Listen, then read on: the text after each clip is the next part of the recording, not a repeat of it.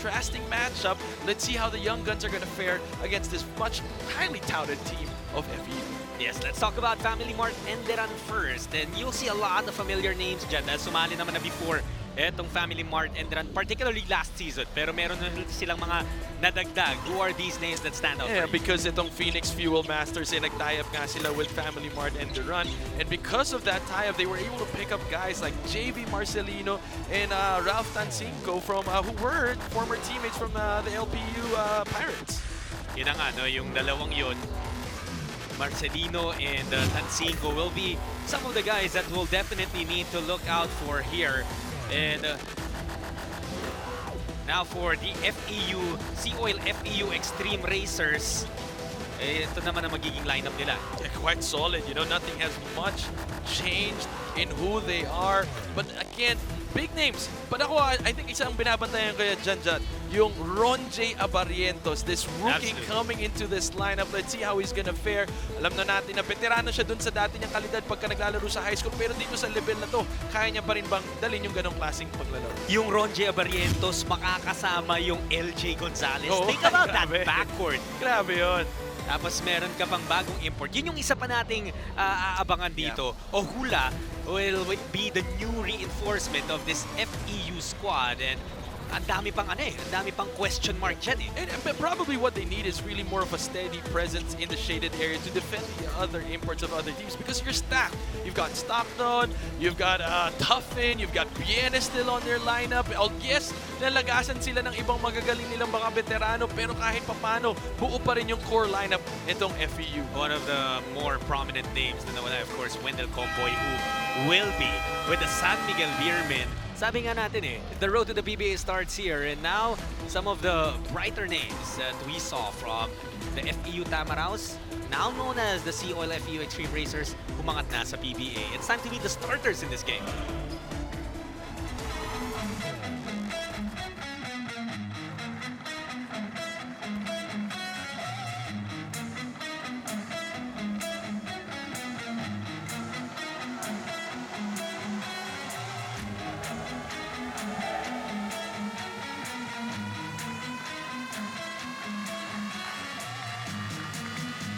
We continue on with the elimination round in today's main game.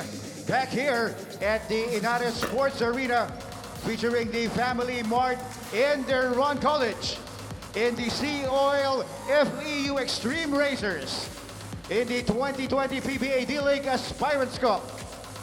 Let's first meet the starting five of your Family Mart Enderun College. At guard number 7, Mark Nunez. The other guard number 27, Austin Veloso.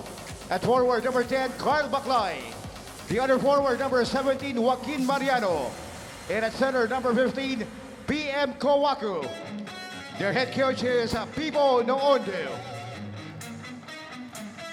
Here now is the starting lineup of your Seaoil FEU Extreme Racers. At guard number 8, Royce Alforque.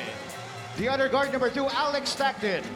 At forward number 12, Avin Coquilla. The other forward number 24, Ray Bienes.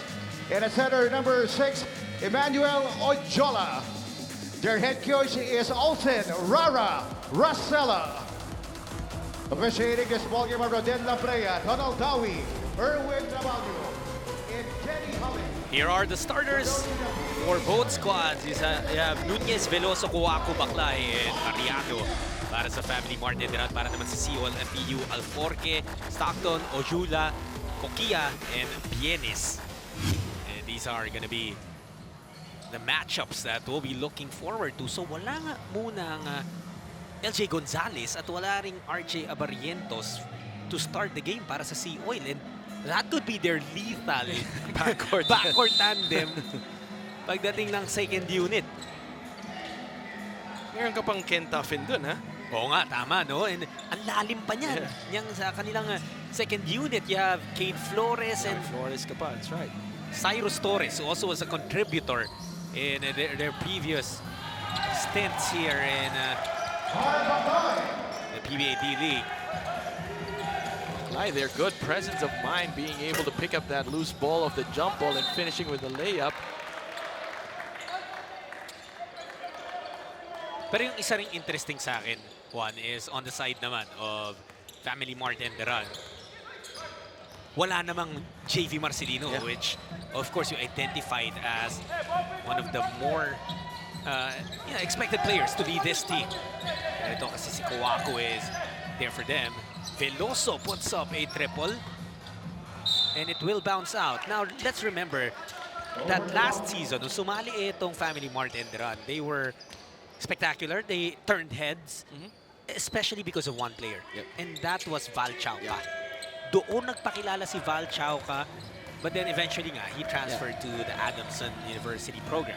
But you can tell the kind of program that they have here. Being able to do and execute. And again, ito yung inaabangan natin na hindi pa natin nakikita kung paano talaga mag-perform si Huwalo. Ball now with Nunez. Hindi pa nakakashoot dito ang Seaoil FEU. Veloso thought about it.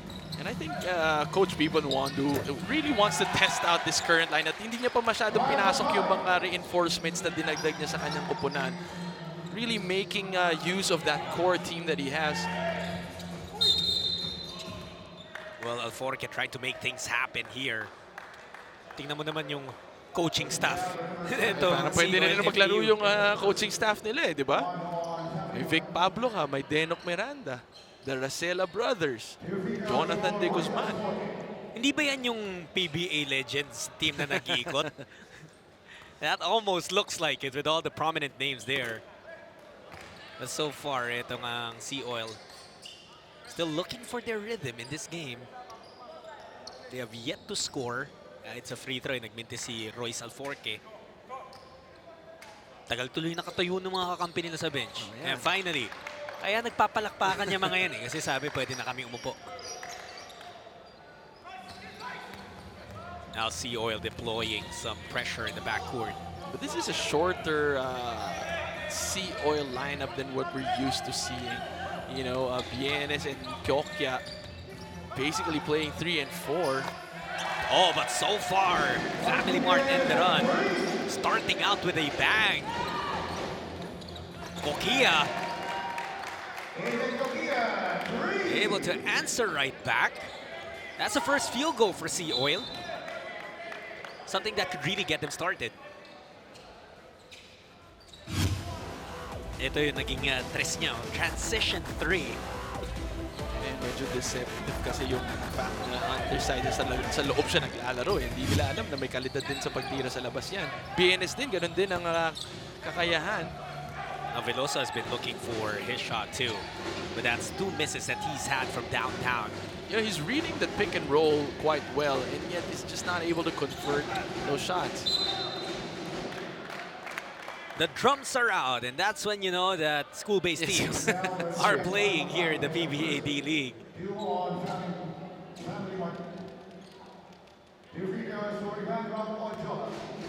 Emmanuel Ojola finds his way to the free throw line.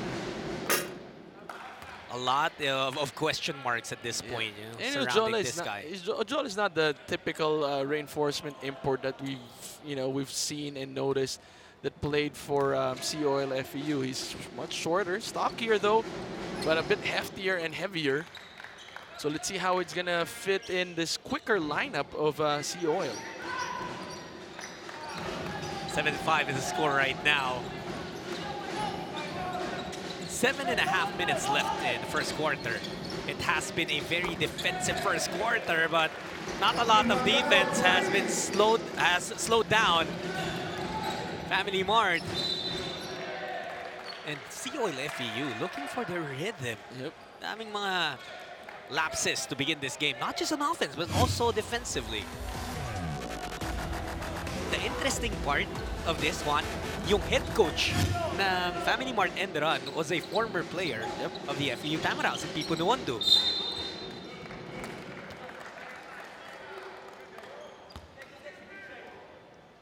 Meron kaya siyang inabot pa dito? Wala naman na siguro, no? Wala na. Gitna siya nung distance ni Denok Miranda siguro tsaka tong patch na to. Kuwaku. They go with Mariano. And again, Here's Veloso. That's a 3. 0 out of 3 from that same area. And Ojolu, you can really see that he's still But he's struggling. But I was reading his lips, and he can speak Tagalog, I would say. Yeah. He was asking the referee, "Sino ako?" That's interesting for me to notice. We'll take time to know the story about that. But then you see that Ojolu is still developing really as a player, because here he is. When Family Mart Enderun, when Baklay was taking that free throw, dumaan lang si Ojolu, probably not really understanding the rules yet, and obviously a violation called on him, and nagkaroon ng replacement free throw si Carl Baklay. Early substitutions here for Seaoil. And Nunag again, one of those quick guards, but yet no Abarientos and no Gonzalez on the floor. That I find really, really interesting.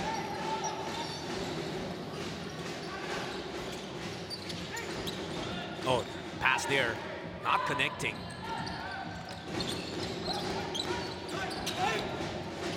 And a miss at the basket for Baklay. Seaoil looking for the counter run, and Austin Veloso getting called for the foul there.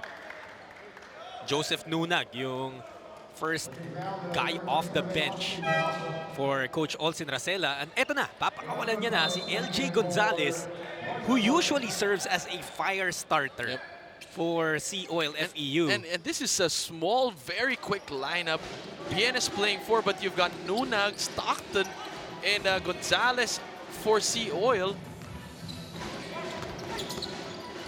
Mariano couldn't get it. Ojolu.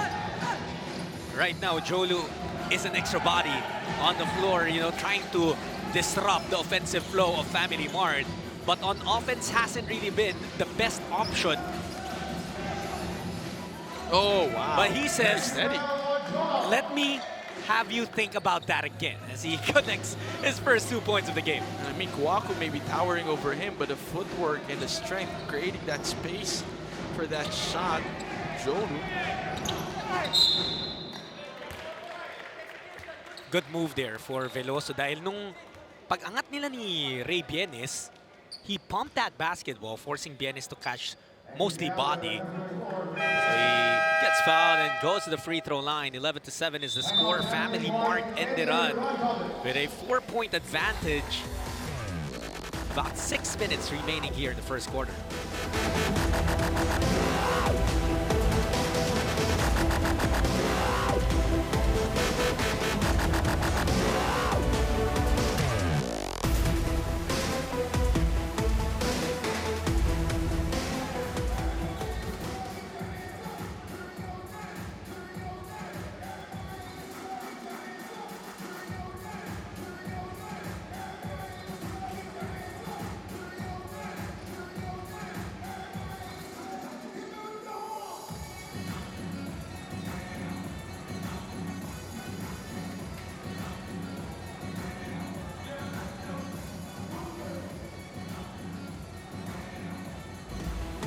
Take a look at the participating teams here in the 2020 PBA D-League Aspirants Cup. Of course, the teams playing right now, Family Mart Enderun and Seaoil FEU, part of the mix. And you can notice that familiar names, I think one of the names that stood out that hasn't been mentioned before would be Mapua University Cardinals joining us here in this conference. Again, 11 out of the 12 teams are collegiate or college-based or school-based teams, and we just have one commercial team in Marinerong Pilipino. Pero itong Marinerong Pilipino, even though they're not school-based, they actually have Majority, some of the, Majority ng top players. Yeah, the top players from different colleges. So yun yung maganda rin naman sa kanila. And I'm sure naghanda sila, na-anticipate nila if it's going to be a school-based conference and if they want to really vie for that cup, then might as well match up in terms of speed. Siyempre, kung puro veterano kukunin mo, mahirap ka makapagsabayan sa bilis ng mga manlalaro dito. Think about the Gomez Del Llano brothers. Juan and Javi there with Marinero, may Alan Mangajas, Jamie Malonzo, a lot of other guys. This Let's go back to this game though. Stockton, hindi makukuha. Veloso showing us his athletic ability with that jump. Pero nakatabing. Uy, na-recover naman ang Family Mart. Baklay thought about it, pero nag-hesitate. So Nunez will reset their offense. Crossover, leaving Gonzalez behind. Short sa kanyang tira. Gonzalez, passing it to the wrong guy. Baklay to the corner. Veloso. Hindi pa rin makuha yung kanyang rhythm from downtown. And it was Stockton tripping over his own teammate, Joseph Nunag. 5 minutes remain in the first quarter. Stockton to Bienes. Working his way. Oh, nice move for Ray Bienes. Yeah, going to be a matchup problem against Mariano. Because Bienes is such a veteran in the post.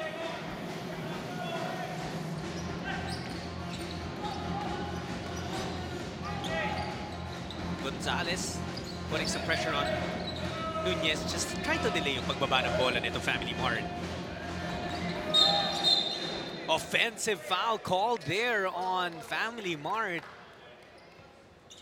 Hindi na set ng maayos yung screen doon ni Mariano. When he moved right away, he's trying to slip to that pick and roll play. Just a little bit too early. Alam mo, when we saw Mariano last season, our reaction, I remember our reactions, pare-pareho, parang, oh wow, he's a young kid, but he showed a lot of talent too. And 1 year in, mabilis pa mag-develop yung body mo dyan eh, magaganyang age ka eh. So, he really has put a lot into his physique. How about Ken Tuffin? Unang pasok, unang tira, he immediately contributes for his team.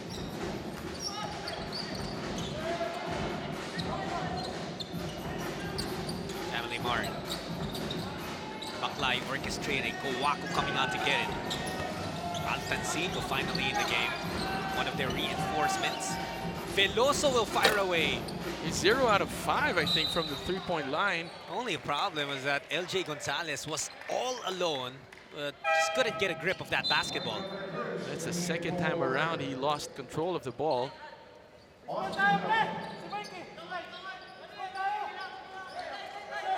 Under 4 minutes left. Mike De La Cruz has checked into the game.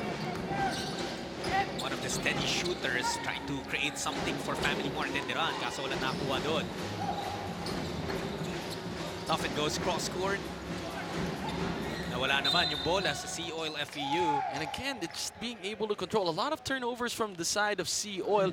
And itong Family Mart Enderun, kahit papano, being able to pick up on those lapses. That's right. Well, it's been tough for them. We haven't seen, though, JV Marcelino. Oo nga eh, he's still Because on the Raftan, bench. yeah, Raftan Cinco is already subbed in. Well, I guess if you're coaching at this level, lalo na you have a school-based team that is bolstered by reinforcements like Tansingo who knocked down a 3. I guess if you're a coach, yung dilemma is bibigyan mo ba yung mga homegrown players mo ng experience or you go for the proven talent. Torres misses. Gonzalez coming up with a rebound. 4-point lead so far. Ojola. I mean, with Ojola's footwork, you wouldn't really need to put your hands down, you know, just stay in front, try to suffocate that space. And then naging kick out kanina Tansingo.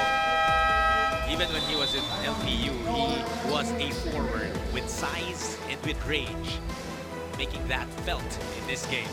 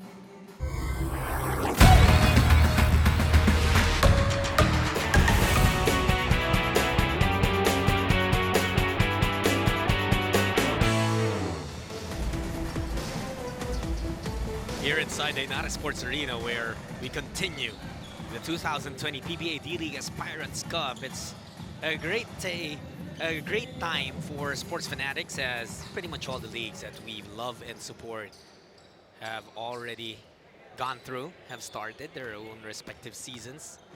PBA D-League included. John Sulit and Juan Banal here. Thank you for joining us on PBA Rush live stream, and also on 5+ for the live coverage of the PBA D-League Aspirants Cup.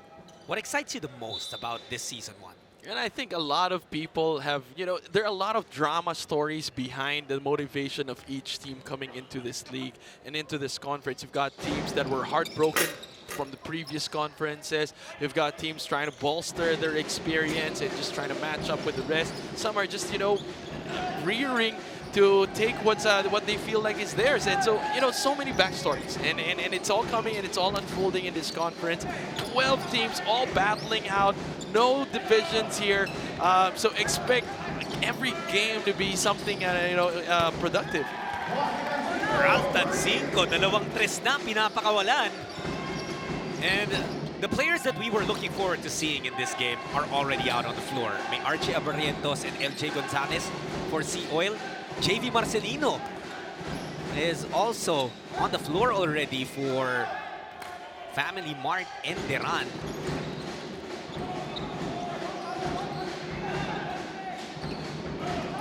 Abate, handoff to De La Cruz. They swing it to the other side. Marcelino being tested by the young Abarrientos. Now it's Tancinco out against Ken Tuffin. Kowaku. Oh, bailed out at the last second by a foul whistle. But Kowaku was only able to touch the ball when he was out of the shaded area. I mean, we gotta give credit to Joel, who's been trying to defend the paint. They haven't been giving him those lob passes. And it's hard to operate if you're Kowaku all the way from the outside, and then you've got the collapsing defense of Seaoil in the shaded area. A PM Kowaku. It's not his first stint here. He was already with Family Mart Enderun nung sumali sila last season. Ay, Val Chakwa lang. Yun nga, na nagpapadali rin ang buhay niya. But ngayon, susubukan niya to work well with his new teammates, JV Marcelino and Ralston 5. And he hopes to be the same dominant presence underneath.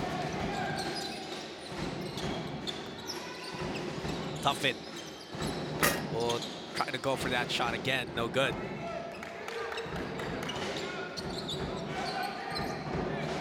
And this is De La Cruz pumping into Abarrientos, and that's going to be a foul. And it will also lead to free throws para kay Mike De La Cruz, as Seaoil FEU already in penalty.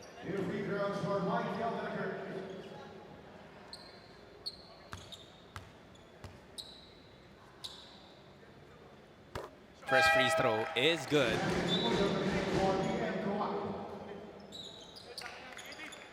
Kowaku getting his first rest in the ball game. But yet, this is the second unit supposedly of Family Mart Enderun coming off the bench, and yet it's still packed. Yeah. Highly competitive with Tancinco and Marcelino coming off the bench. Well, the same thing about Seaoil FEU. Ang problema lang, their offense hasn't really clicked yet in this game. You gotta expect also with the Barrientos and itong si Gonzalez trying to feel it out who's gonna be taking charge. And si Tuffin has been bailing them out with those outside shots. Pero yung sino magta-take over at pagka nagkagipitan, kanina mo ibibigay yung bola. Exactly. And yung mga nawala kasi napaka-importante. We did mention Wendell Comboy earlier. Pero meron ka rin nawalang Bart Ibonia. Meron din isa pa in Hubert Cani, who was a major provider for them.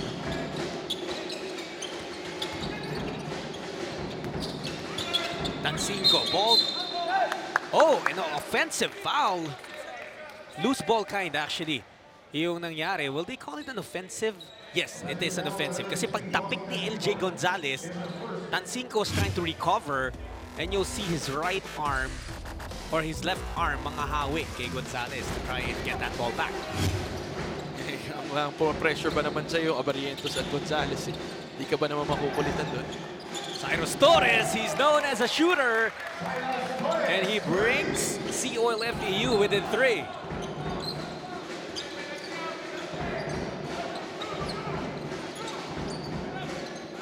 Where will the offense go para dito sa Family Mart Enderun? De La Cruz. Bibitaw din ang tres. Tumitira sa labas yan si De La Cruz. What an effort here for Family Mart Enderun. They are up by 6. Seaoil trying to have the last say in this first quarter. Abarrientos. His 3 will roll out. And at the end of the first 10 minutes of action, it's Family Mart Enderun up by 6. And again, superb effort just keeping itong Seaoil at bay. It's just the second unit outlasting the second unit of Seaoil. Family Mart Enderun trying to enjoy the 6-point lead.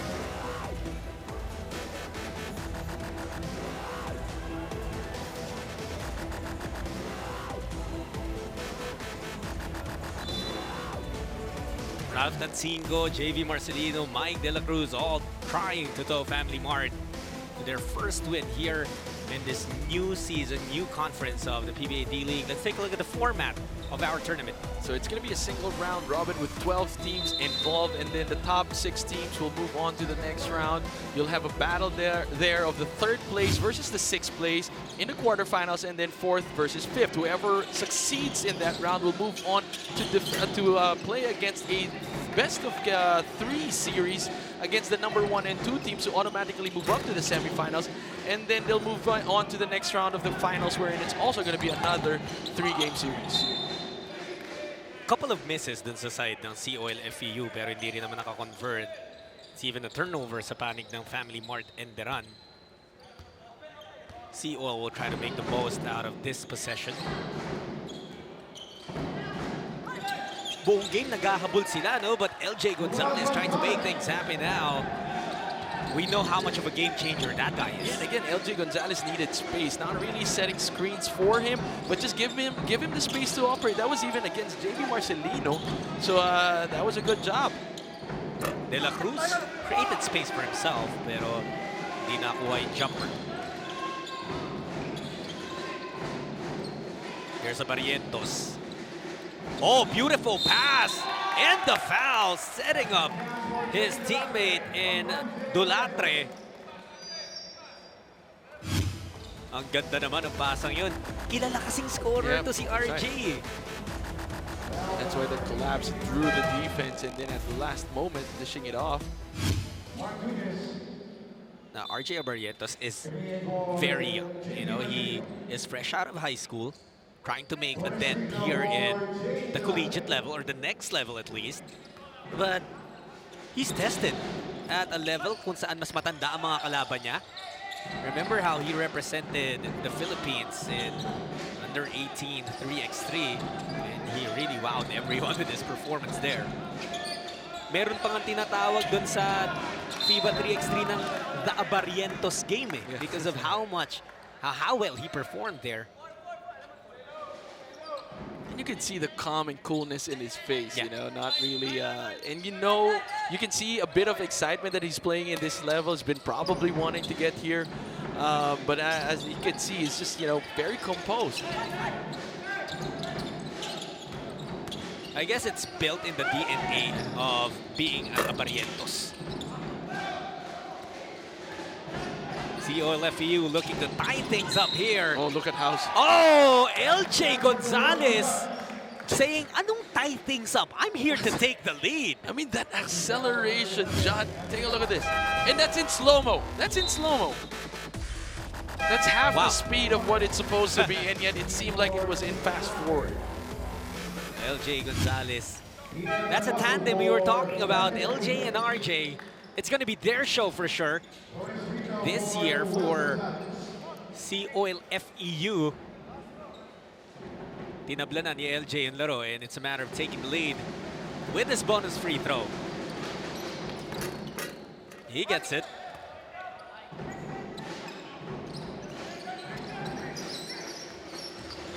Dito talaga, Juan, masusubukan yung tatag ng Family Mart with FEU or Seaoil threatening to go on a game-changing run here. Without the offense of Tansinko, parang nanahimik na rin itong Family Mart Enderun.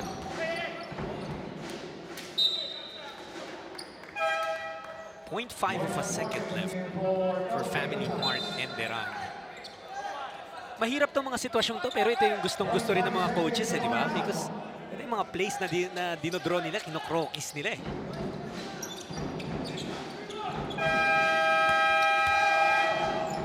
Not really the play you would have wanted. Tough it. Could not get points off of that. Here's Nunez back on the floor, looking to reorchestrate his team. Things were doing well when he was there on the floor. Kowaku will get that to softly roll in.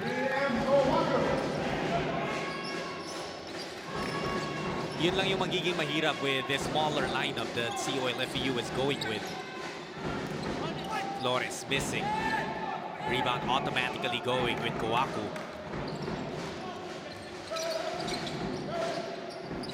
Nunez to Tansinko.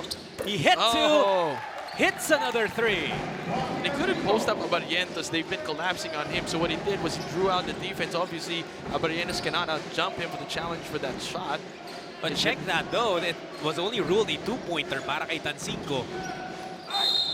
Kate Flores.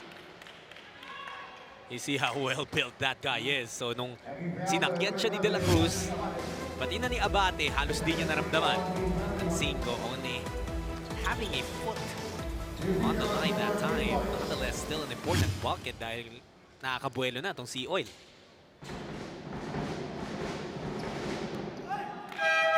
Kate Flores missing on the free throw.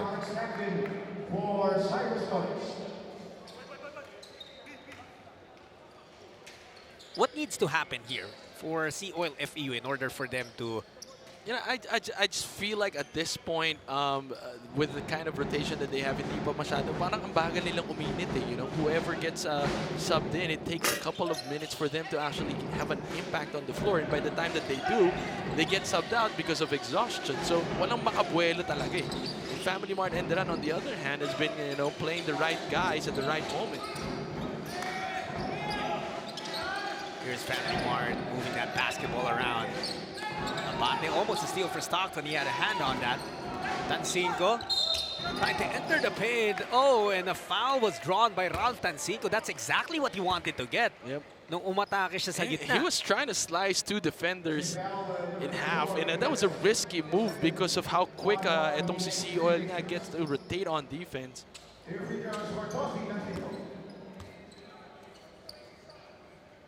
Tansinko good with the first one. Game ka ba? Stay tuned dito sa 5 Plus on March 8 for something big. Malapit na. Malapit na actually. It's just a couple of days. So March 8, we get to announce something exciting to you all. So we hope that you can join us for that. Dito lang po sa 5 Plus. By the way, we're also live on PBA Rush and the live stream as well. Ranray Bienes, good line on the three. Now, itong Family Mart, they've been trying to get away from Seaoil FEU, but these extreme racers just not allowing Family Mart to completely pull away. And then it's been a good back and forth second quarter. It slowed down a little bit, a lot of set plays run by both teams, but just those big shots after big shots, they're shooting a higher percentage from both ends. Kung titingnan mo nga yung tira nito ni De La Cruz, it's not the prettiest. Diba? Parang nagtitwist yung katawan niya, but as long as it goes in, you'll take the result. Alforque creating space using his body that time.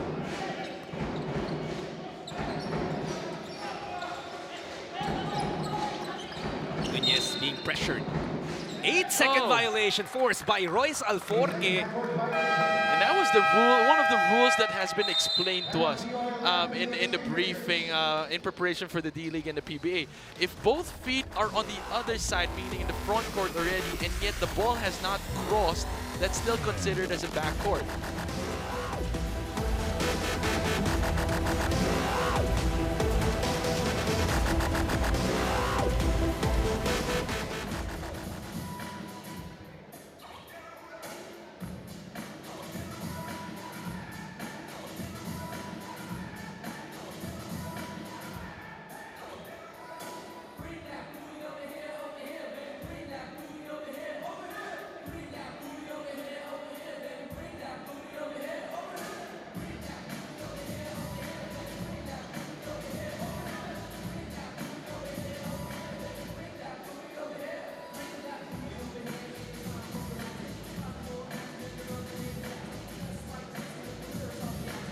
Thanks for joining us here in the PBA D-League Aspirants Cup. We would like to inform you of the Seaoil FEU's upcoming games. They take on Apex Fuel San Sebastian on March 12 and still here in the Inares Sports Arena in Pasig. The TIP Engineers on March 16 and Wangs Letran on March 26. All of those here in the Sports Arena of Inares here in Pasig.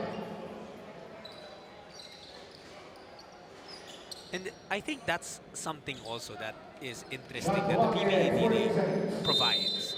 You know, it is an avenue for teams to get a chance to play against other collegiate teams na hindi nila nakakaharap in their main college tournaments. That's right. And we're not talking about just 2 or 3, but these are like involving 4 or 5 different collegiate level tournaments that they come together here in the PBA D-League.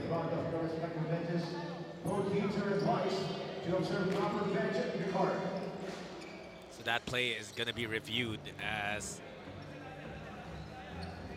tinamaan sa mukha ni Cade Flores. Itong si Kowaku.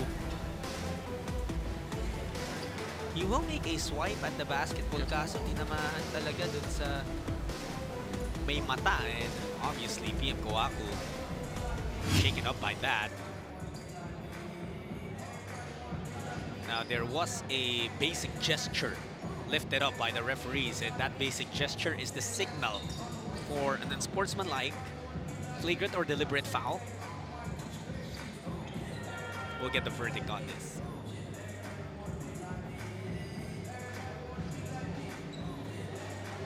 Flagrant foul, penalty 1 on number 22, Cade Flores. They rule it a flagrant foul, penalty 1. Because I think it has a lot to do with the fact that the impact was on the face. And Cade Flores will have to sit down on the bench for 3 minutes.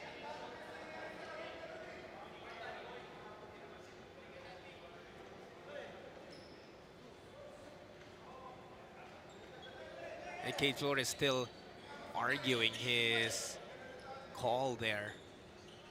The foul that was whistled on him. Dulatre will check back in para palitan niya si Flores dahil kailangan niya umupo on the bench for at least 3 minutes. Mukhang dyan talaga nahihirapan niya yun ang Seaoil FEU in terms of inside the paint, especially matching up against PM Kowaku, who stands about a couple of inches taller. We haven't seen Ojolu come back in the ball game too. Yeah, that's true. You know, sometimes it's a double-edged sword having a deep lineup, and you know, some coaches wish that they had such a deep lineup, and then even just yung pagbalasa nun, masakit sa ulo yung mga. Oh, absolutely. You know, paminsan you gotta spread the minutes so well that by the time the other one heats up, kailangan mo na isub out because or else you're gonna oversit one of the best players that's probably in your second unit. I agree with you 100%. It is a very unenviable job being a head coach of a team.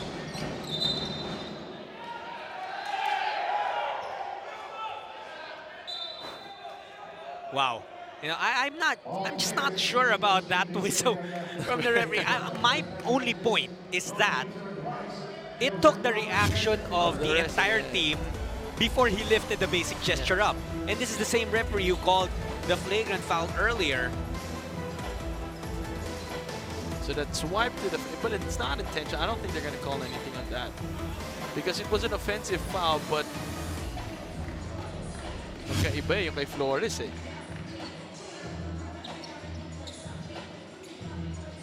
It's very delicate right now. It's a critical situation, especially for that referee. It's been a long second quarter.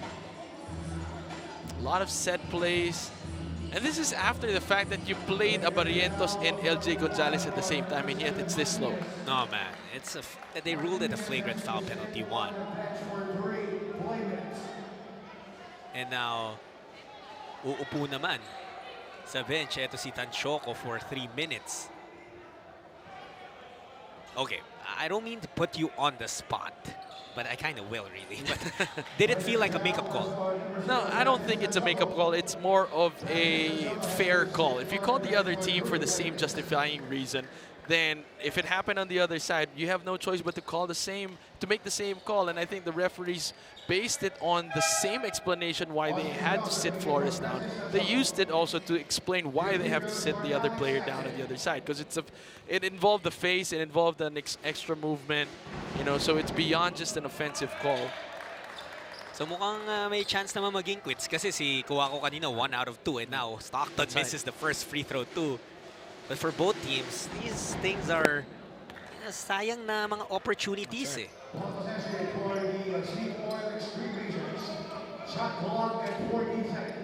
14 seconds now on the shot clock for Seaoil FEU.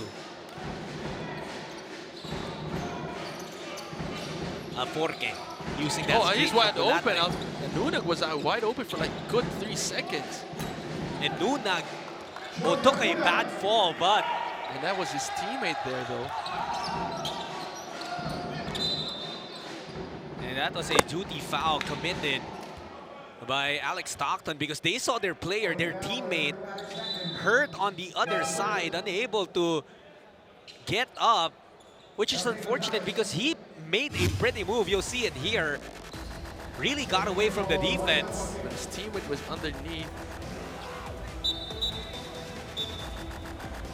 It might have been his... Was it his arm? Because it looked like he fell awkwardly on his arm. Not unless... But he also was holding on to his face. I'm not sure if it was because of the pain. Oh yeah, he looks like he's holding on to his face.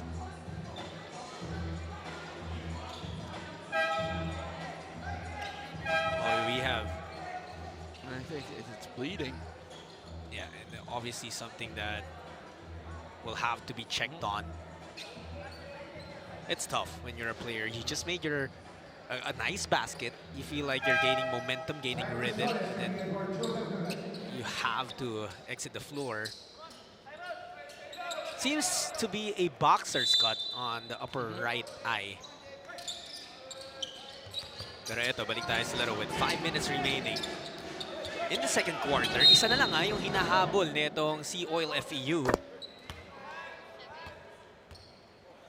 All the stoppages actually kasi, Juan, ang nangyari? Namatay yung momentum that was going towards Family Mart Enderun kanina.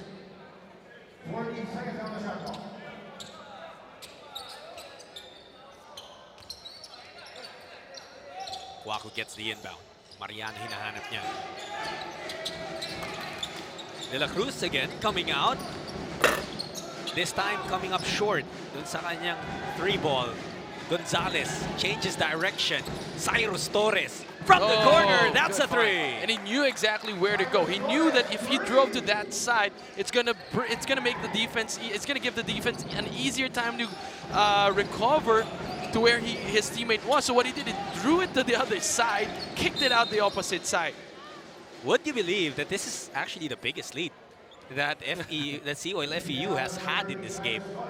Kasi kanina, isa lang yung lamang nila. Take a look at this replay. Yeah.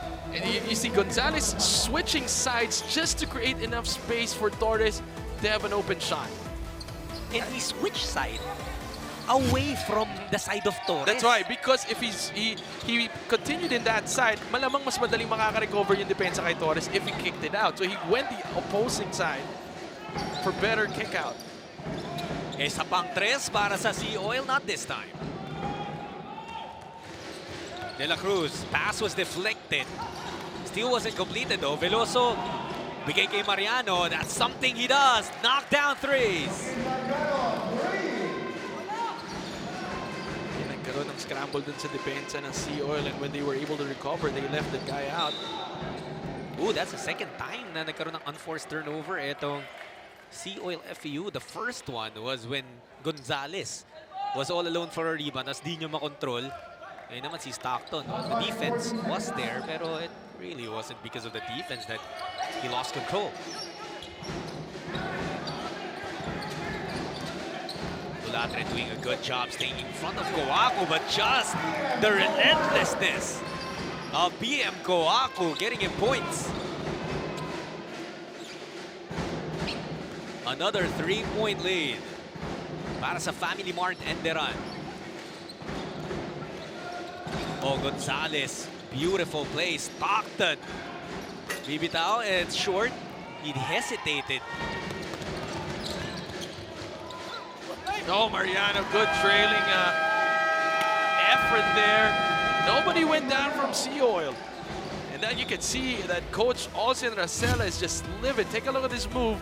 After absorbing that contact from the weak side, Mariano was not boxed out. At yung play naman before that, BM Kowaku just carving out space little by little until he was in his comfort zone. 2 points para sa Family Mart Enderun, and they go up by 5 points with 3 and 10 remaining. Ganda nung counter run din itong Family Mart Enderun, keeping composed. They will have to do so as well against Wang's Letran on March 12, Builders Warehouse USD on March 19, at Marinero Filipino Skippers on March 26. Yan ang mga laro ng Family Mart Enderun, and all of those will be played here inside the Inares Sports Arena in Pasig. So if you guys are fans of Family Mart Enderun, we invite you to please come and support them. Come and support the PBA D-League Aspirants Cup, because the road to the PBA starts here.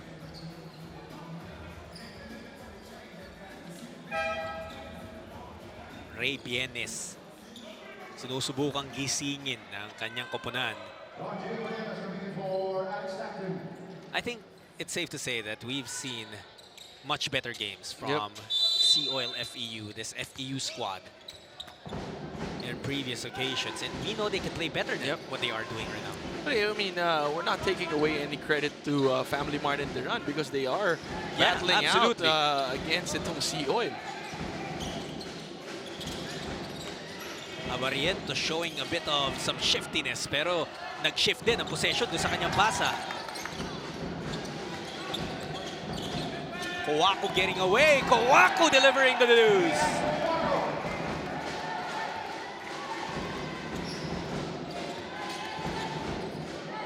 Seven-point lead now for Family Mart Enderun. Dulatre. Torres resets their offense. 9 on the shot clock. Bienes humihingi ng bola. On the far corner, Torres ang bibigyan. Torres converts! LJ Gonzalez trying to choose which had a better hand and a higher shooting percentage. Chose Torres in that situation, despite Bienes being wide open for like a good 5 seconds. You know, ganun ka-importante, Juan, yung 3-point shot, no? Because kanina, 7-point lead for Family Mart. I was ready to say na parang, oy, getting ready na talaga to break away. But then, 1 3-point shot, and what you can say now is 4 na lang yung lamang. Kowaku trying to get a 3-point play opportunity, unable to do so, but he will head to the free throw line. Pero timeout muna ang hihingi ni Coach Pipo Nuwondo of Family Mart Enderun. Their lead has grown, has been trimmed, and it is at 4 points right now.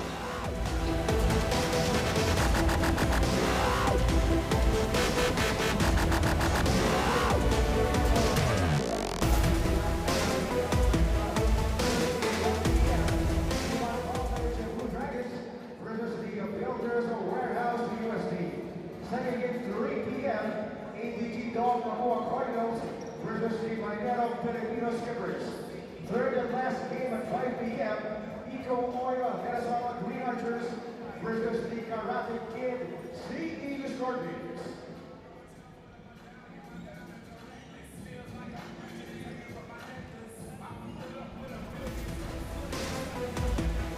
Here are the games on Monday, March 9 over at the Paco Arena in Manila. Diliman College Blue Dragons taking on Builders Warehouse USD at 1 p.m. Alas 3 naman po ng hapon, Mapua University versus Marinerong Pilipino Skippers. At pagdating ng alas 5 naman, Seaoil De La Salle Green Archers versus Karate Kid CEU. Please do not forget to watch and support your favorite teams here in the PBA D-League Aspirants Cup. Shots sulit in one banal here, delivering the action between Family Mart Enderun and Seaoil FEU. PM Kawaku import of Family Mart Enderun trying to do more damage here. But he misses on the first free throw.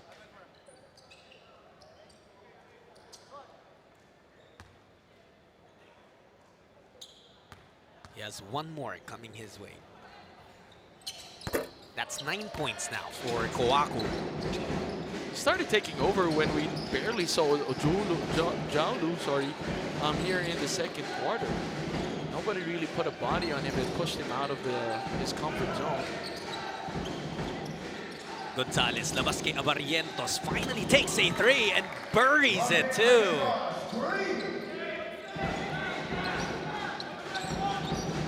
Yan yung kilala natin na RJ Abarrientos, you know, that you give him some space, he makes you pay. The only problem is that yung aggressiveness ng Seaoil FEU on the defensive end has built them. Because that is a foul on LJ Gonzalez that will send Nunez to the free throw line.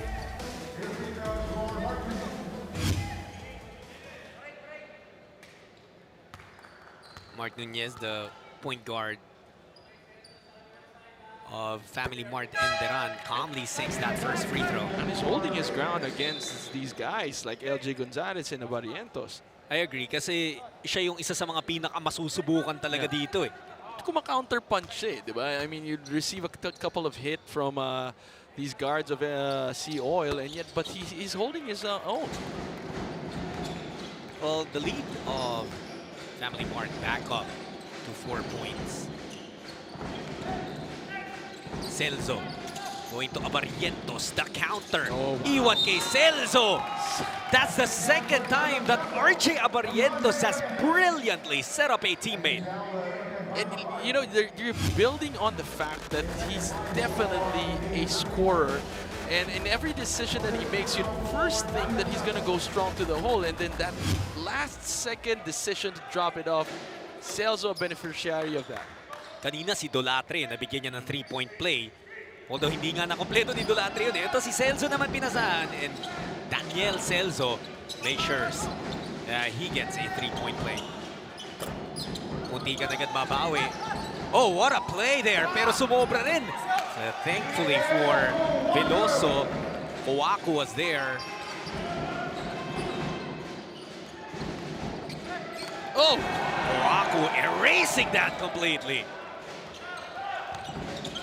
Nunez trying to make something out of that, and a 3-point play opportunity right back. Baklay naman na magkakaroon ng pagkakataon to complete an end one.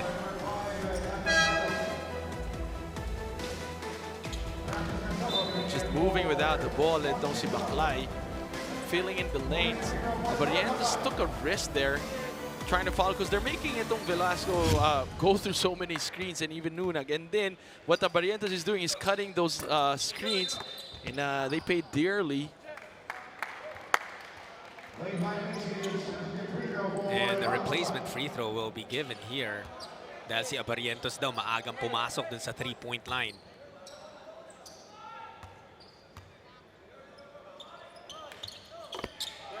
And that's a conversion on the new attempt mula kay Baklay. So ang kata naman sa 6 yung lamang ng Family Mart. They've done a great job here in the first half. Celso, one-hander, able to get the glass. Again, Abarrientos creating problems for the defense because of their lack of anticipation of what he'll be doing. He can play and manipulate the play. You have to commend the off-ball movement here of Family Mart. As you see it there, they force switches, tapos ina-expose nila. Gonzalez Look at Luna just staying in front. And Family Mart Enderun has done enough to take a 6-point lead into the halftime break. Siyempre, nangunguna talaga itong si PM Kowaku. Just him taking over. I mean, 11 points and 4 rebounds is basically hard-earned.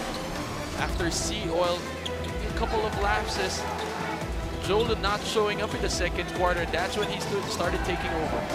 Kailangan ito Seaoil FEU ng solusyon para kay Kowaku if they hope to come back in the second half and take this game.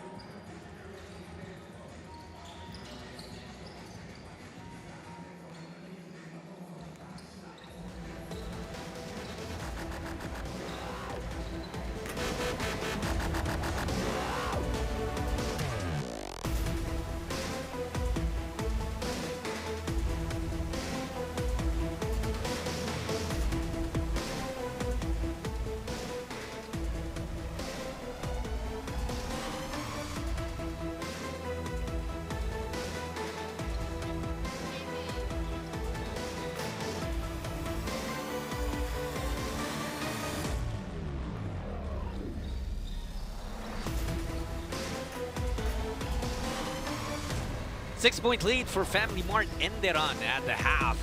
And they really wowed everyone here with a strong first half performance against Seaoil FEU, who is actually one of the more respected programs and teams here in the PBA League Aspirants Cup.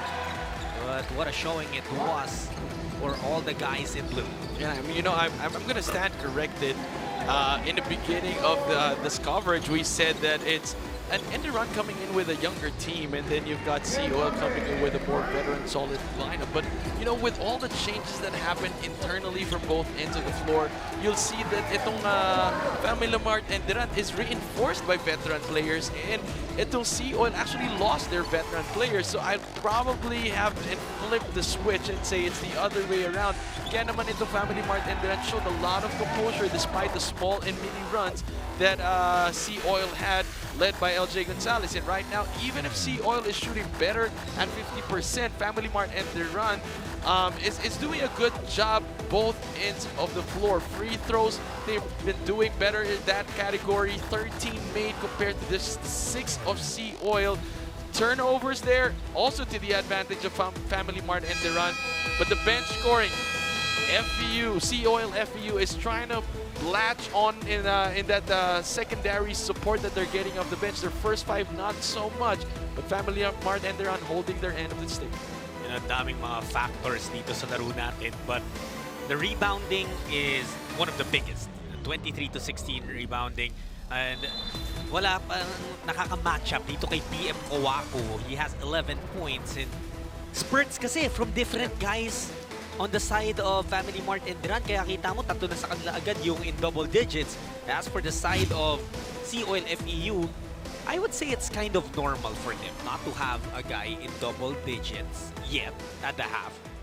But they're right in this game, and there is a chance that they take the lead by the end of the third quarter. But what would it take, Juan, for them to flip this game around? I think it's finding the right combination for Coach Olsen Rosella to just be able to stay consistent and then have other guys fill in the gaps afterwards. But it's the right combination, and I think he's trying to do that now with Bienes on the floor, Nunag, and Torres, LJ Gonzalez, and now Ojolu on the floor. So I think this is going to be a pretty strong lineup that if it clicks, he'll stick to this until the end of the game.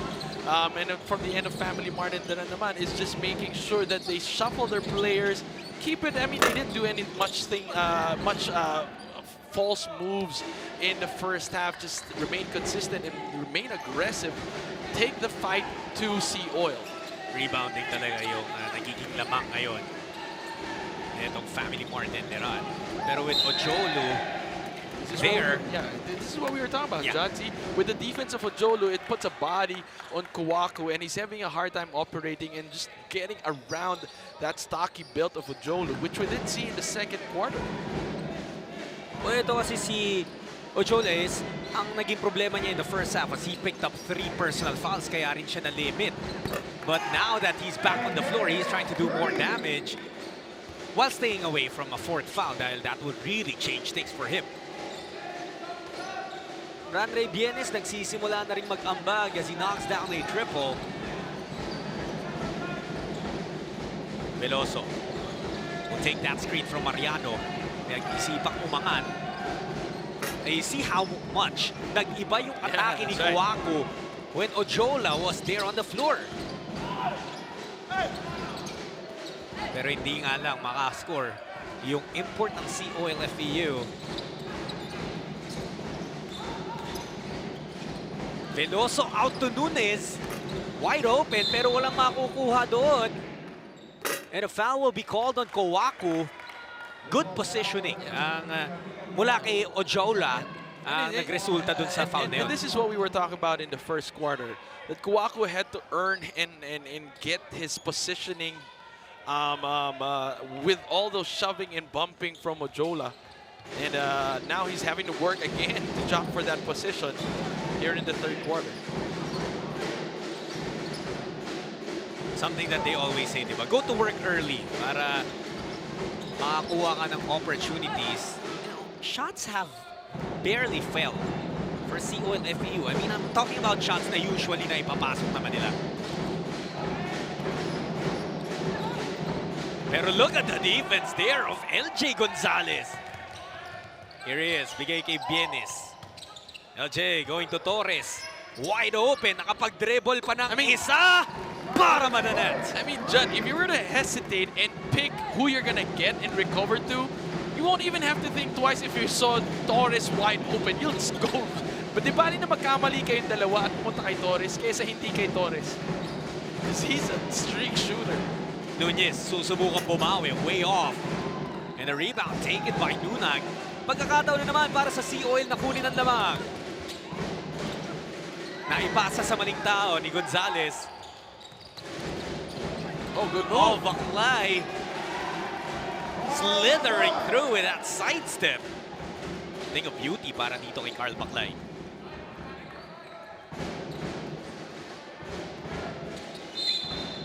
Oh.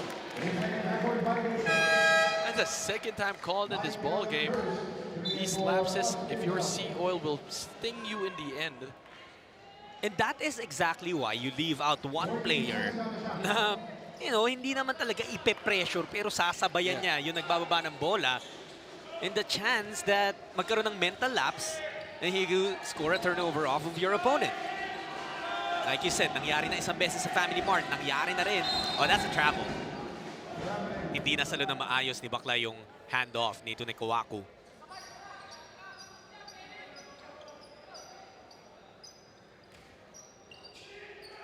I asked you about what Seaoil FEU will have to do. How about Family Mart?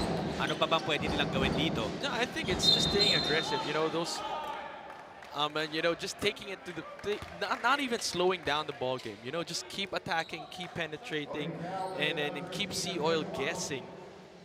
And Nunez, check that, has done exactly that. He's facilitated the right way. And now you're bringing veterans in Tatsenko.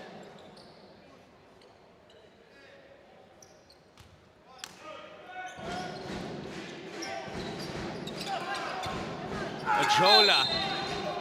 And that's going to be 3 quick fouls here in the third quarter for the import of Family Mart. Now the tables have been turned. They whistle it on Nunez. I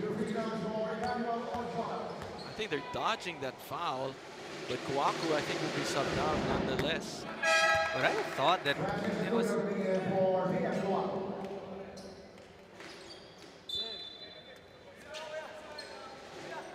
Now the foul was on PM Kawaku.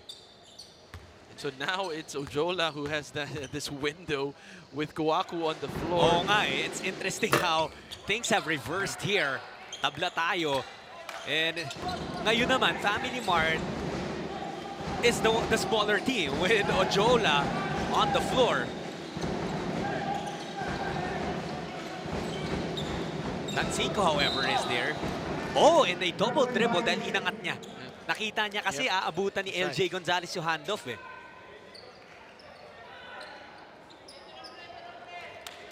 He's arguing his case to the technical committee of the D-League. Well, actually, hindi naman arguing. Inaamin niya. Ine-explain niya na kung bakit niya ginawa. Umamin naman eh. Umamin naman. Nagpaliwanag lang. Ochola. It took a while. Yung play kasi nitong FEU, nitong Seaoil, it needs to happen quickly dahil talagang magbababad sa ilalim si Ojola. That's right. And the coaching staff knew it. They told Bienes, you gotta pass the ball quicker than that. Bagal pumasok yung bola kasi kanina pa nakaposisyon dun si Ojola. So we're tied up at 56. 6 minutes remaining in the third. Apat na foul na si Kawaku, and that's why he's sitting on the bench for Family Mart. Nunez front rims that 3. Gonzalez leading the break.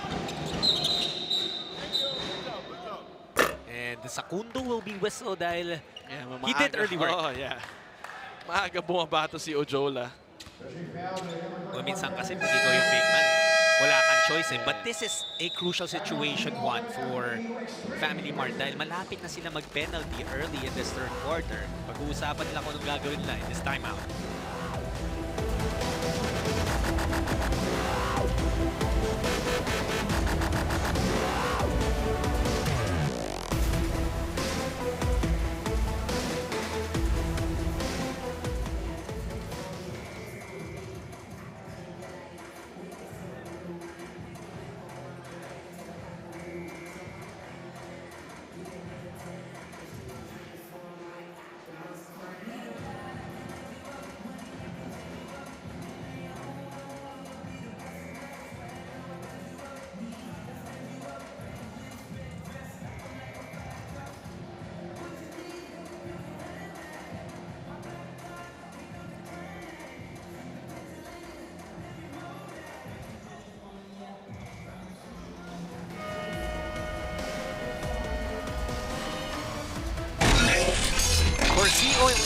FEU, ilang beses na sila naghahanap dito ng spark. Ilang beses na rin sumubok silang iwanan ng Family Mart Enderun. Pero itong yung mama that has brought them back time and time again, Cyrus Torres with his 3-point shooting. Yeah, you know, 3 out of the 3-pointers, sorry, 4 made 3-pointers of Cyrus Torres. The pass came from LJ Gonzalez. And LJ Gonzalez, being the spark plug creator for Seaoil, has opened up the defense, softened it up for Torres to actually hit those big jumpers. And you know what I see in Cyrus Torres? I see a lot of Malaklay Thompson. Yung catch and shoot o kaya catch, one Square up dribble. eh. Naka-square up. Diba? I mean, it might be a stretch at this point, but one thing we know is that he's a great shooter. De La Cruz, isa pang matinding shooter. How many has that guy given? Seaoil resets. Baklay taking the steal. And a good duty foul for Joseph Nunag. At least na-prevent niya yung easy layup.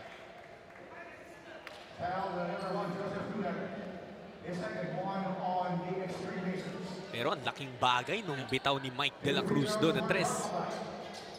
And then the counter steal by Baklay on the other end, no? Just building that momentum. Yun ang mahirap sa mga cross-court passes because sometimes you don't see that a player is actually waiting for you to release that pass.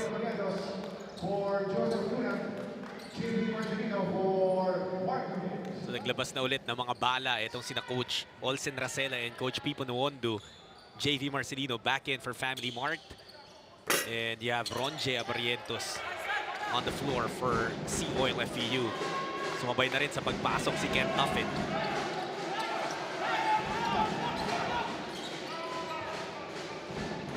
Gonzalez sinasabayan ni Marcelino.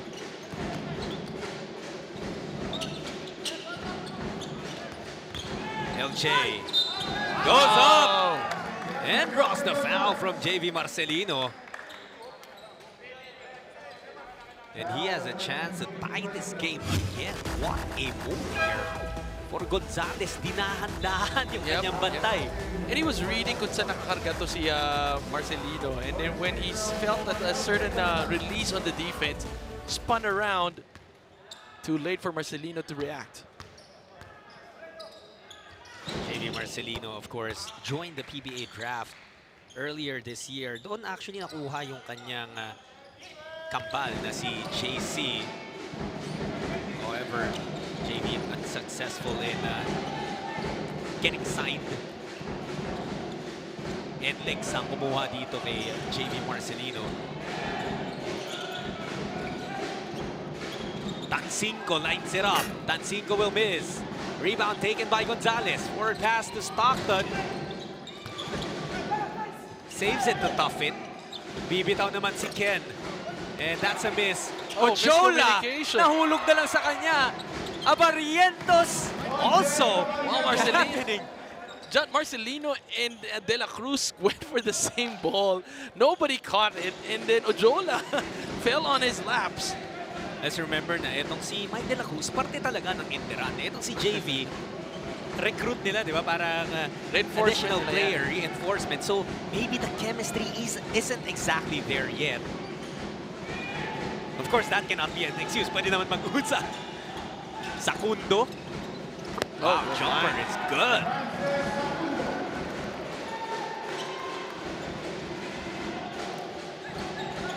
Here's Gonzalez. Still a lot of time left here in the third quarter. They go again to Ochola. Pasa kay Stockton, munti ka mawala. Ochola muscles his way inside.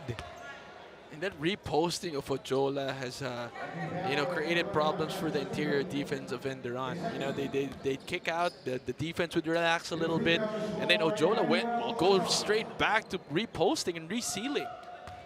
Alam mo, I think no, nagkatotoo yung basa mo, start of the game, that the strength of Ochola will be in his strength, literally. And doon niya napahirapan si Kowaku kung bakit nag-draw ng fouls agad. And then it's also why And he's not even quick, eh, no? Pero yung pag nag-swing siya at umikot siya, nadadala niya yung ramdam dumidepensa sa kanya. hindi siya mabilis, pero ramdam mo, kahit pinapanood mo lang siya, ramdam Yung mo yung bigat, bigat. no? Yeah, yung bigat. Exactly.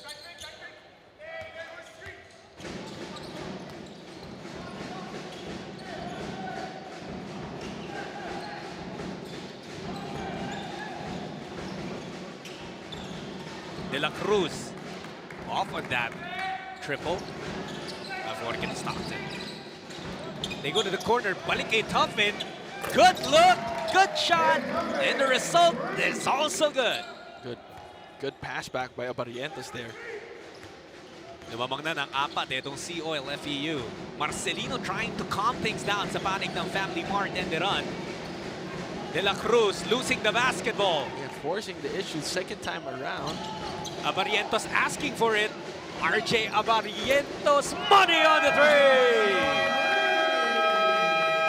At mapipilitan tumawag ng timeout si Coach Pipo Nuwondo after he saw the breakdown of everything on their side of the floor. We said this earlier, Juan, you cannot give RJ Abarrientos that much space.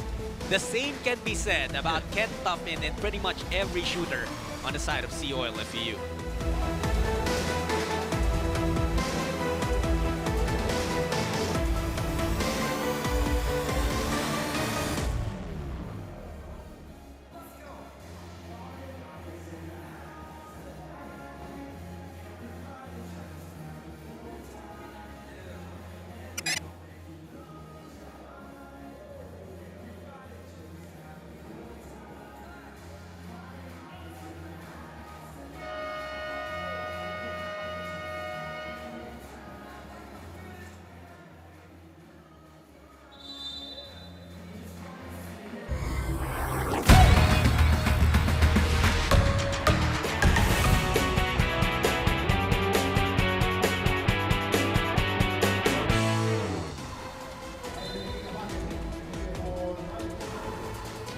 A big run here in the third quarter para sa Seaoil FEU Extreme Racers.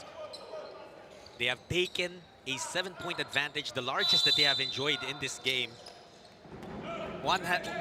How much of all of this is connected to the fact na kinailangan umupo ng kanilang import na si PM Kawakwa? I mean, it spelled a lot of difference. And because the guy that really took over is Ojola, created that traction in the center, in the shaded area, and then, you know, provided Tuffin and Abarrientos those open looks from the outside. Forke, iwan kay Celso, masyadong malakas, but there was actually a push. Celso will be heading to the free throw line. Foul was on Anthony Abate. But this is what I was talking about, Judd, in the beginning of the third quarter. This is just reaping the benefits of starting strong and starting with a unit that you want to finish in the fourth quarter.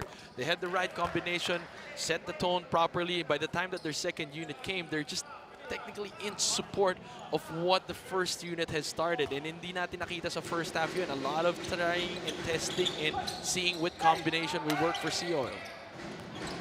And here they are again, continuing their surge.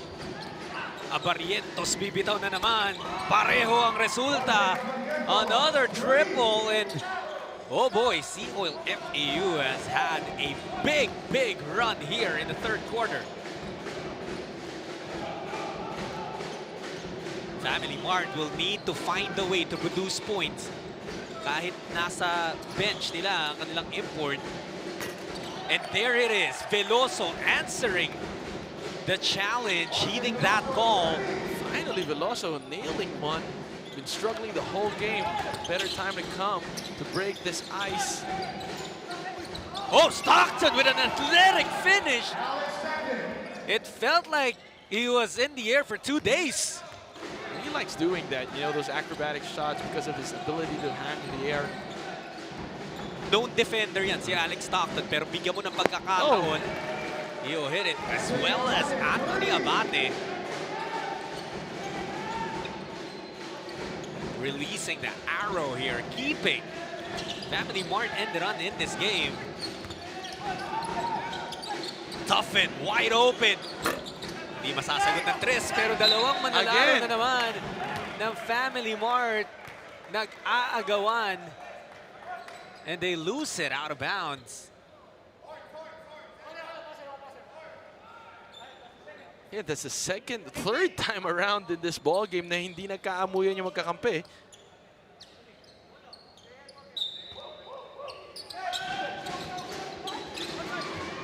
Pero ayun din, nagkaroon din ng error. A little bit ambitious yung Yep. pasang yun ni RJ Barrientos because it looked like the real inbound play was designated for Alforque, who was wide open. Sumubok na magnakaw to si, Yes. si Abarrientos eh. But maganda yung posisyon ng depensa ng Family Mart Enderun. Hindi mo pwede gawin kay Tancinco yun. Veterano yun eh.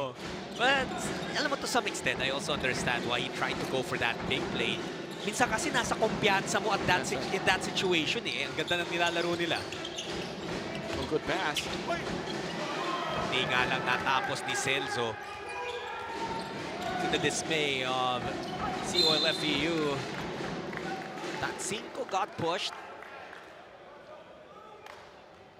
Foul committed by RJ Barrientos will send Ralph Tancinco to the free throw line. Ralph Tancinco is actually part of the Zarks Jawbreakers team that were champions in the PBA D-League before. Kasama niya doon, yung kakampi niya dyan, si JV Marcelino. And Tancinco actually played a role. Yep. You know, hindi siya yung one of the stars really. Pero Mas grabe naman. star pa nga siguro you'd consider to si JV. Yeah. But he was so solid Yep. behind Mike Zuzu, behind CJ Perez, JC and JV Marcelino.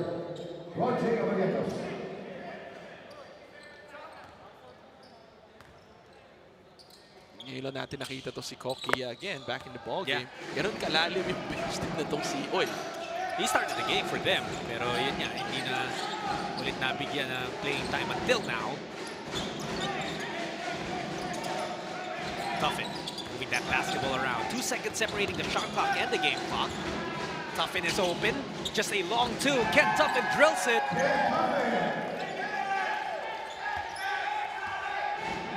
Lead is 7. Marcelino rushing to their side. Marcelino flips it up. Alforque will come up short. And that is the specialty of JC or JV Marcelino. Actually, kahit sino sa kanila yung coast to coast na napakabilis. But here in the third quarter one, it was Seaoil FEU behind the brilliance of Ronche Abarrientos, the rookie, the newbie, coming out to play. Again, even those assists, you know, those crucial assists, finding the right guys, him draining those open threes, definitely a threat. And the offensive end has set the tone for this 5-point lead.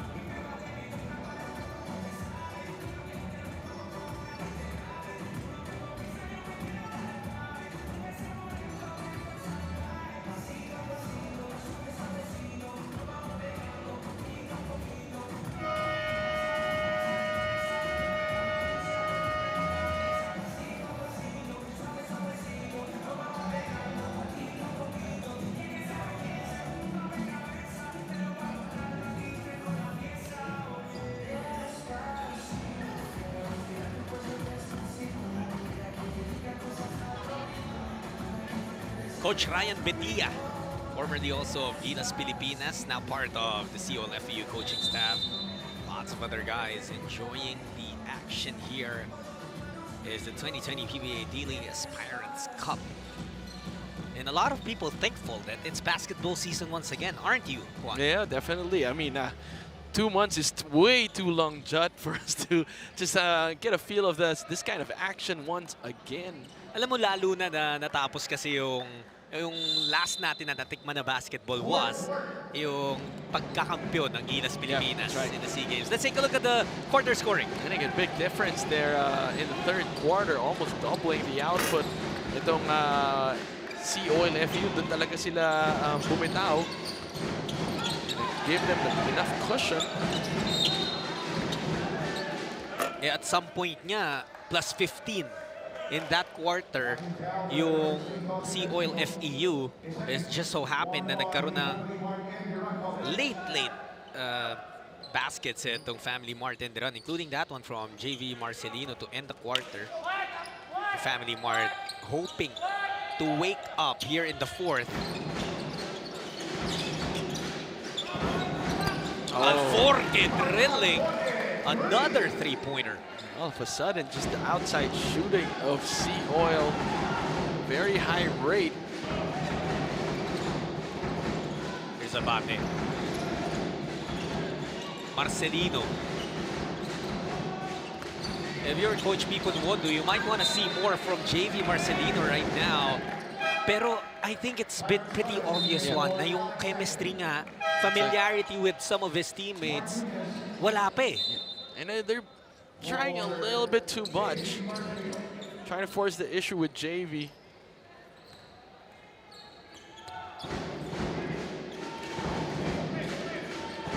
The first thing they need to do is be able to neutralize the momentum, because right now it's completely with the side of Seaoil FEU, but that could be something that will favor, of course, Family Mart Enderun. Medyo unnecessary na yun. Kasi natawan si Nunes with the move of Alforque.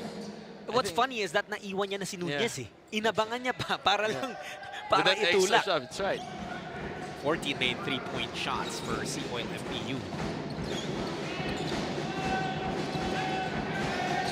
Well, it's been a shootout in this game. And Cinco to Koaku. That's going to be a turnover.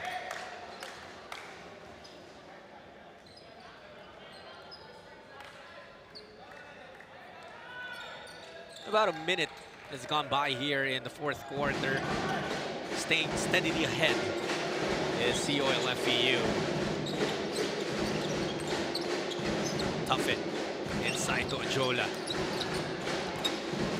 And he likes going to his left side, you know. Fake a little bit, half fake, half spin, and then go the other way. But usually he falls to his left side. Abate, no good. Ajola with the rebound. Torres leading the break. Pass wasn't exactly on the money. Pero Toughen bibitaw from the corner. Napaganda pa.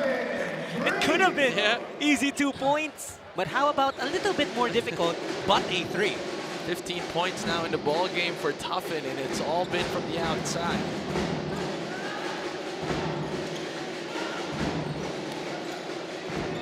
Family Mart Enderun in dire need of their own run. Nunez to Veloso. Corner 3 doesn't work. Nunez chases down that rebound. Susubok naman si Tancinco, comes up empty. Now Seaoil will slow things down once more. Or check that. Alforque had other plans. Pero wala nga lang nakuha doon. Bigla na nahimik na yung opensa nito ng Family Mart Enderun. Wala pa silang panagot dito sa third quarter onslaught ng Seaoil. One earlier in the game, sunod-sunod talaga yung mga outside shots ng Family Mart Enderun. Of course, Koaku earlier had a ball underneath in the paint. May nagbago ba sa depensa ng Seaoil? No, I think it's the combination. Again, I'm going to go back to that because you've got guys like LJ Gonzalez who will draw the defense and then magaling mag-kick out to guys like Toughen, to guys like etong si Torres. Pag tingnan mo, laging ganyan yung substitution. Mamaya si Abariento, si Toughen ang kasabot niya, you know, other shooters in this lineup. Pero dito naman sa lineup to, it's LJ Gonzalez and Torres coming together with Bienes. So I think Coach Olsen Racela has basically found his groove in getting the right combination at a specific point in time of the game. Entering the third quarter, Seaoil FEU was actually down by 6 points. They ended that period up by 5, and ngayon nga, lumobo na sa double digits yung kanilang lamang. Gonzalez, second time that he passed the wrong guy. Abate, the looper of a three, no good. And it was Joseph Nunag getting the rebound. Nunag to the cup. Iniwasan kasi yung mga kamay nito ni Kawaku, and that shot did not fall in. Mike De La Cruz. Oh, that's gonna be big. That had a hand on his face. And again, the awkwardness of his shot creates that deception that he's not going to pull him up.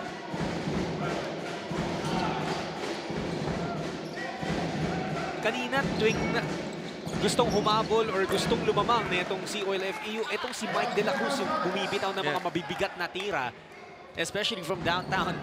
At tama kay, pag tinignan mo lang yung bitaw, hindi mo expect na papasok eh. But then he finds a way. He has hit 3 3-pointers in this game so far. They're still trailing by 10 after a Gonzalez shot. Ojola saving it. Pinagtulungan ni Gonzalez at Ojola si Nunez. Torres squares up. Off on that three. Ito na naman si De La Cruz, not that time. And that will bounce out of bounds. Medyo heat check na rin yata yun para kay De La Cruz. He was set up by Nunez, but it doesn't mean because you were set up, it means you're open. So De La Cruz took that shot nonetheless. Gonzalez, the handoff to Torres. Look at all the movement of LJ Gonzalez in that play. Siya na nagbaba ng bola, tapos siya pa'y nag-weave through all those staggered screens. 14 seconds on the shot. Ako napagod para kay LJ dun eh. Pero parang hindi siya humihinga pa rin ng hingal, no? Parang wala lang din sa kanya. Ilan kaya yung lungs niya? Oh no, that's going to be a painful foul for Kawaku. Kawaku, and you know what's tough? And it's unnecessary. I mean, they were just jockeying for position. I mean, it wasn't a good foul.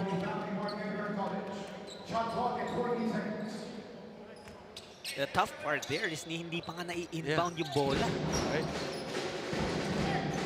But that's what Ojola has done for him. He has made Kawaku work extra hard for everything, really. And while all the rest of his teammates knock down big shots. Now they're making their shots. You know, they finally found their groove. A little bit late in the game, but the second half definitely, by far, has been won by Seaoil. Mariano. Oh, a triple there. Was even looking for a foul. Mahilig tong Family Mart sa mga awkward shots na pumapasok talaga eh. You know, not the best of shooting forms, but they get it. They get the job done. De La Cruz picks up a foul there.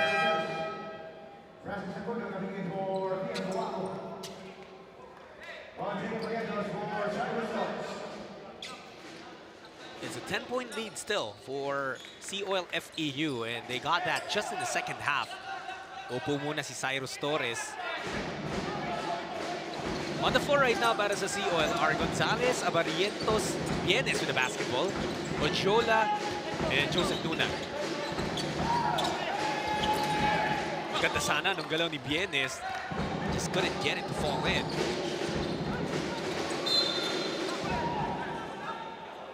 Mariano asking for a foul there. Tinulak daw siya ni Bienes.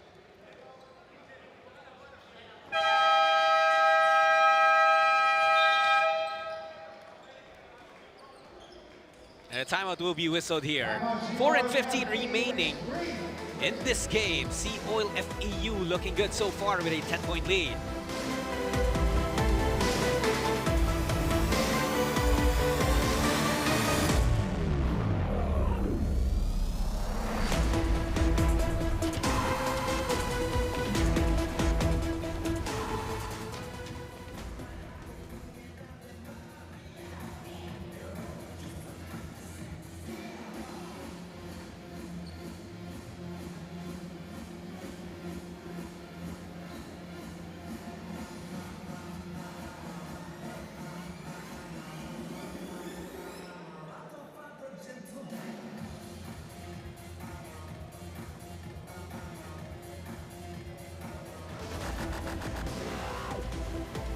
Back inside the Sports Arena here in Pasig, where Seaoil FEU has had one heck of a second half.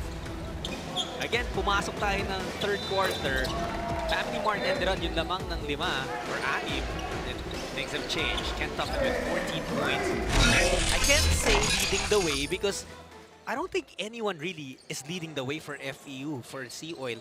Tulungan talaga between a lot of players. Yep. And like what we said, it's like waves of attack, and it's a matter of finding the right combination of people to put on the floor. And right now, I think it just clicked all of at the same time here in the second half for Seaoil. So parang nakakahinga pala ng Family Mart Enderun sa isang run ng Seaoil. Meron na namang kapalit na isa pang run yan. Yung pasa nga lang ni Bienes papunta sana kay Ojola. Not finding the mark, but they get a stop on the other side. Nunak, iwan kay Ojola, gumulong papapasok. Again, steady points para dito kay Ojola. Gotta love the fact that he was running with his mates. It's now a 12-point lead. Tansyoko, magmimintis din. Alam mo yung mga guards nitong Seaoil, yes, they're small, pero pag tumalon, akala mo mga 6'5". Oh, what a nifty move! Avarientos just couldn't finish it. Ojola, Just strong on the left side. oo, yun talaga yung gusto niya. And I'm sure other teams that Seaoil is gonna face in the future, they'll take a look at the tape of this game and recognize that. Nunez dancing with Bienes. Mariano underneath. And he is fouled by LJ Gonzalez.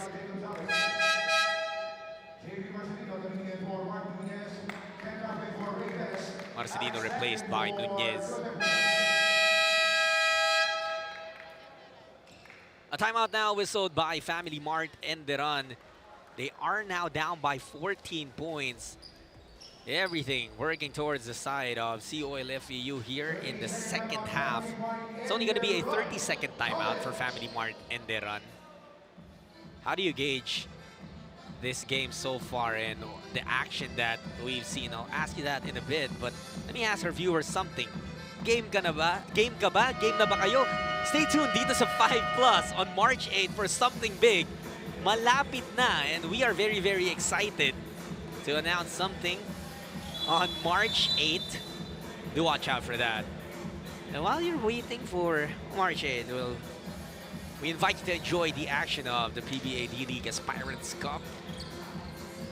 Games have been great so far. I mean, it's one thing to have basketball back. It's another to have this kind of basketball back. Just both teams actually tooth and nail trying to find here a jockey for the better headway. And we're just in the second day of this tournament. And action-packed na lahat. Nagpupwestuhan na kagad kasi nga sinabi natin 11 teams ang makakalaban mo dito. And napaka-importante na mapasok ka dun sa top 6. Imagine kasi kalahati yung matatanggal So you need all the wins you can get. Not only do you want to belong into the top 6, you want to try and avoid the complications of yung mga tay-tay. Kailangan pa mag-quotient or goal difference, all that. Kaya naman to Seaoil FEU, they really picked up after a subpar performance in the first half. We do not know what was said in the dugout during that halftime huddle, but those words from Coach Olsen Racela surely worked magically in flipping the game of Seaoil FEU 180 degrees.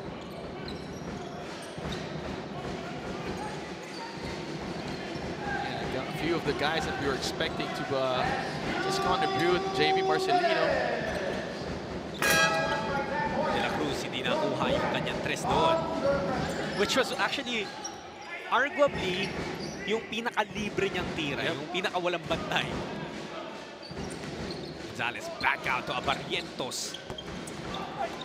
Tuffin trying to get that rebound. It bounced off of Tanshoko's leg. But He was look able to recover. at this guy. LJ Gonzalez trying to defend every single player.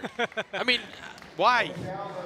Because he can? That's unfair. That's just unfair. I mean, you know, he'd check on somebody, body up on somebody. When they pass the ball, he'll go to that somebody. You know what they say about Man U ball? The rule here is LJ ball. So wherever the ball goes, LJ is goes. there. A minute and a half remaining in. I mean, I don't want to jump the gun, but LJ Gonzalez with 12 points, 12 rebounds, and 8 assists. How can you not appreciate the efforts of this guy? Grabe, no? And he was initially compared, Juan, to a certain Johnny Abarrientos. But now he's teammates with a guy who actually wears the name Abarrientos sa jersey niya. So ngayon, meron kayong conflict, may dilemma. Even us as broadcasters, meron tayong dilemma. Nonetheless, you know, you just have to, like you said, appreciate na lang yung talent na nakikita natin dito kay LJ and the entire Seaoil team. And I have to tip my hat off to Family Mart Enderun. They will absorb a loss dito sa una nilang laro in the Aspirants Cup. But they're looking very good. I mean, ang laking hit kasi nung pagkawala ni Val Chauca sa kanilang team. But it looked like... Barrientos guy, I Yeah. mean, the way he creates. Pangilan na yan? Pangatlo na set up niyang 3-point And play. he's just so comfortable with the way he moves. So much confidence in his face. Look at this. He knows exactly where to give the ball to. And Ojola, you see a lot of potential there as well. Maybe not the most refined player yet. Pero you know that may potential eh. Meron na, alam niya kung paano gamitin yung katawan niya eh, no? Now for this squad of Family Mart Enderun, it's gonna be interesting to see them in upcoming games. Para naman sa Seaoil FEU, ito muna, yung upcoming games nila. Apex, San Sebastian College, and then TIP Engineers, and then Wangs Letran, ang mga susunod nilang laban. Certainly stuff that you need to watch out for. At ito yung sa Family Mart Enderun, Wangs Letran on March 12, Builders Warehouse UST on March 19, then Marinerong Pilipino on March 26. Looking at all the teams, what's one matchup that you're excited to see? You know, I would say with the kind of power, I mean, having Builders Warehouse go against this Family Mart Enderun would be a good matchup as well. You'd like to see how Marinerong Pilipino would match up actually with the other teams. But ako, hindi ko pa kasi nakikita yung talagang potential ng Mapua University Cardinals. And even the Eco-Oiled DLSU Green Archers, you know, how would they fare in this kind of scenario? Pero kasi naman yung Diliman, nakita na natin yan. Yung Letran, nakita na natin yan. AMA, nakita na natin yan. But there are a couple of games I'm very much interested in seeing. Absolutely, and we can also talk about the guys, you know, the interesting guys to watch out for here in this season. I thought we saw some today in RJ Abarrientos. I don't know, Renza Bando, always a player to watch out pero for. ako, ang matchup na gusto ko maabangan, yung Mark Nonoy tsaka LJ Gonzalez. Yeah, ako rin. Yung backcourt matchup na yan, hindi ko alam kung paano papabagalan ng mga production ng producers natin yung takbo ng laro na yun. But it's gonna be so fast. Ang suggestion ko nga, kung halimbawa end of regulation time, huwag na tayo mag-overtime, karera na lang sila. 5K, di ba? Para sila lang yung pagod, yung mga teammates na nagpa-popcorn. 35 seconds here. Well, I mean, imagine, Jad, there was this one tournament that it was an all-star game, and you had Mark Nonoy and LJ Gonzalez in one team. Imagine the tag team of the backcourt of that kind of lineup. and it's just amazing to see young talent and talagang masasabi mo talaga the future stars of the PBA, possibly of the Philippine national team even. Napapanood natin dito sa PBA D-League.